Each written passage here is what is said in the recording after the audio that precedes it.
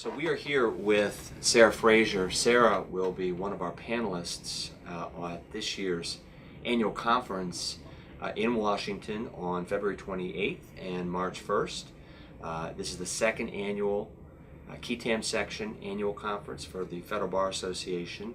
Sarah, tell us a little bit about your panel and what we can expect to hear from the panel on February 28th. I'll be moderating a panel on medical judgment, or medical subjectivity if you like, and we will be talking about the sort of what some might call close calls in terms of medical decisions and how those might impact False Claims Act cases, either by an attack on intent or an attack on the element of falsity. And it's an interesting area in terms of it's a hot topic for the last few years. What makes a medical necessity claim under the False Claims Act?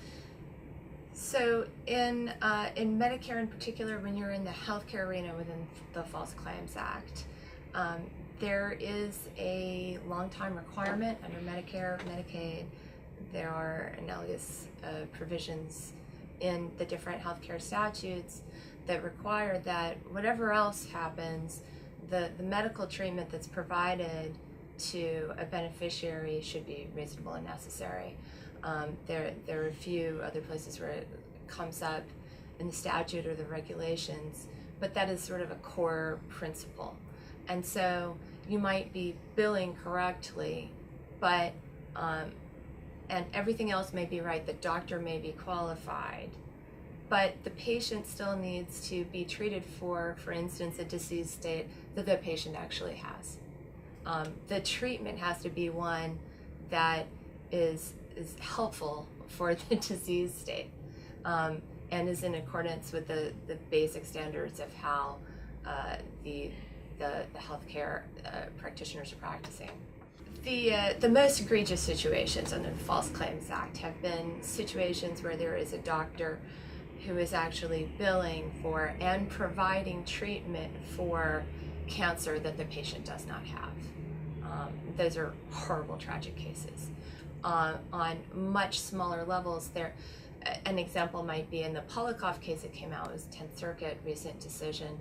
The issue was whether the 25% of healthy adults who have these little holes in their hearts that were getting sort of mended, sewn up by this doctor, whether that was medically necessary. And the consensus in the medical community was that it was not, except under extremely limited situations. So those would be two examples. You mentioned medical judgment, and just get a sense of what that, in terms of the state of the law right now. Doctors are saying, look, this procedure is exercising my medical judgment under the circumstances, and therefore it's okay, even in some cases would seem pretty blatant. What's your sense of what the state of the law is right now? To me, it's intriguing because on the criminal side, the cases are coming out fairly clearly. But that should be the more difficult side in many ways, where you've got criminal standards at play and criminal burdens. But on the criminal side, you've got physicians who are being found guilty by juries of medically unnecessary stents in particular.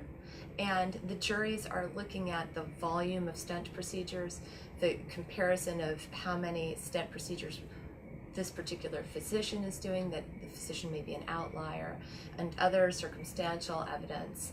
And they're finding that it's medically unnecessary and it's healthcare fraud. And those guilty verdicts are being upheld for the most part by the circuit courts. On the civil side, maybe in part because of lawyering differentials, but it's difficult to say. There are a lot of things at play at the civil side. There's been more of a fight, but the Polikoff case that came out recently was in line with those criminal cases and said there can absolutely be falsity in a situation like this. We can look at circumstantial evidence. So On the other hand, you've got the AseraCare case going another direction, and it's very much a hot enough topic that this is still what defense counsel is bringing up at every possible opportunity. So we should have an interesting discussion about that. What do you see for the future in this area? You kind of define what the battlefield is now. Maybe a year, 2 years down the road, where do you see the law of medical necessity and medical judgment? Where do you see that going?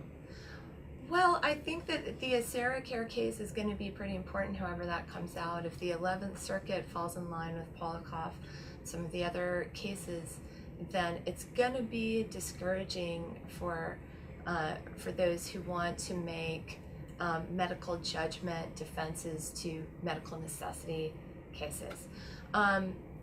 If it comes out the other way, we may be in a sort of true circuit split situation, and then we'll have more drama.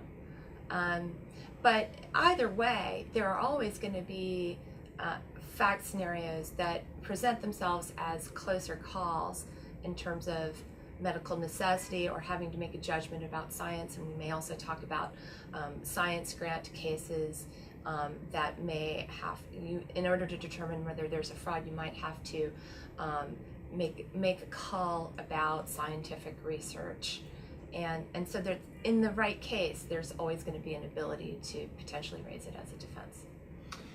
Tell us a little about you.